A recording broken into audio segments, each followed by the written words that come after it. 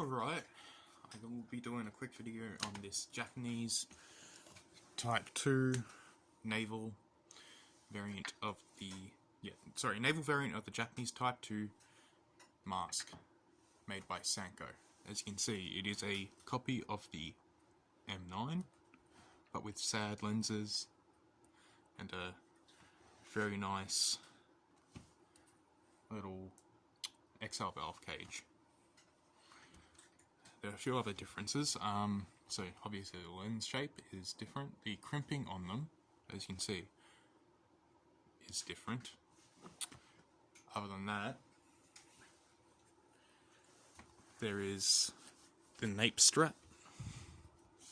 So the nape strap on these, you can either have it in its, have it normal, where you'd have it across the back and attached to here. It is elasticated, it's quite comfy, but when it's not in use, you can store it up here on this, which is something the M9 doesn't do,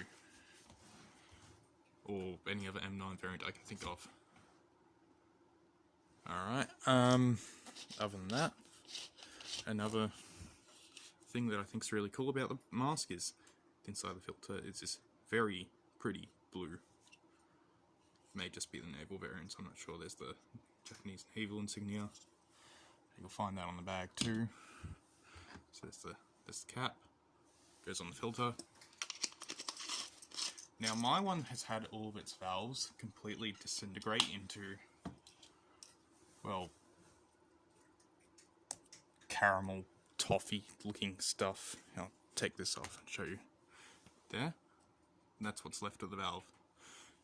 It's the same in the nose pieces, you can kind of see. Not really, but yeah. All the valves on this are very, very dead. Alright, so I'll take it to the carrier now. This thing in it, there's nothing too notable about it. It's very similar to the M9 type carriers, just kind of feels slightly shittier. There we go. I also got this little thing with it, no idea what it is. It's probably some sort of decontaminating agent, something along those lines. And there was a anti-dimming cloth that I seem to have misplaced. Oh, there we go. There we go. Alright. So, there's not much to really say about it. It's a Japanese Type 2. All the valves are disintegrated. I might just take it ahead. Get a better closer look at it. The valve. Oh. There we go again. It's very nice, sort of lotus pattern. The eyepieces are crimped like this. The other producer of these, the Shigematsu, who made industrial versions of these and the Type 1, they use a different crimping system to this. These ones fold all the way back up, whereas the Shigematsu only go part way back up. Alright, and then we'll go to the inside.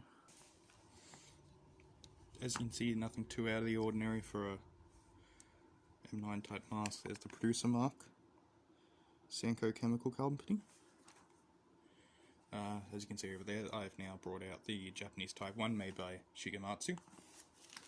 Just going to flop that back.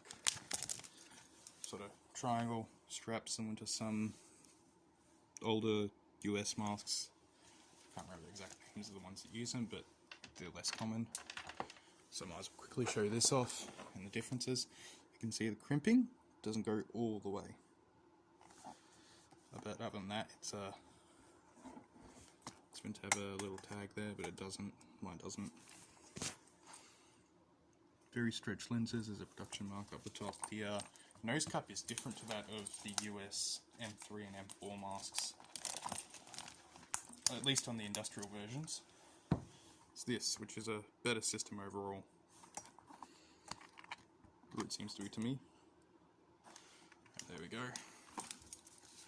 Put that down. Now the rubber on these is brilliant, but the valves just seem to disintegrate on me. I've seen ones that are both melted and crumpled. I've been told that Shigematsus tend to melt, whereas Senkos tend to crumble. But they feel like they're made out of really good rubber. I really like it. There's no sign of degradation on the rubber on my ones, just the valves. But the facepiece itself on both mine, on my Type 1 and my Type 2, seem to be pretty spotless. Pretty pristine. And there we go. The Japanese Type 1 and Type 2. I was only meant to do a video on the Type 2 here, but I ended up pulling out the other one, so there we go. The Japanese Type 2 naval gas mask.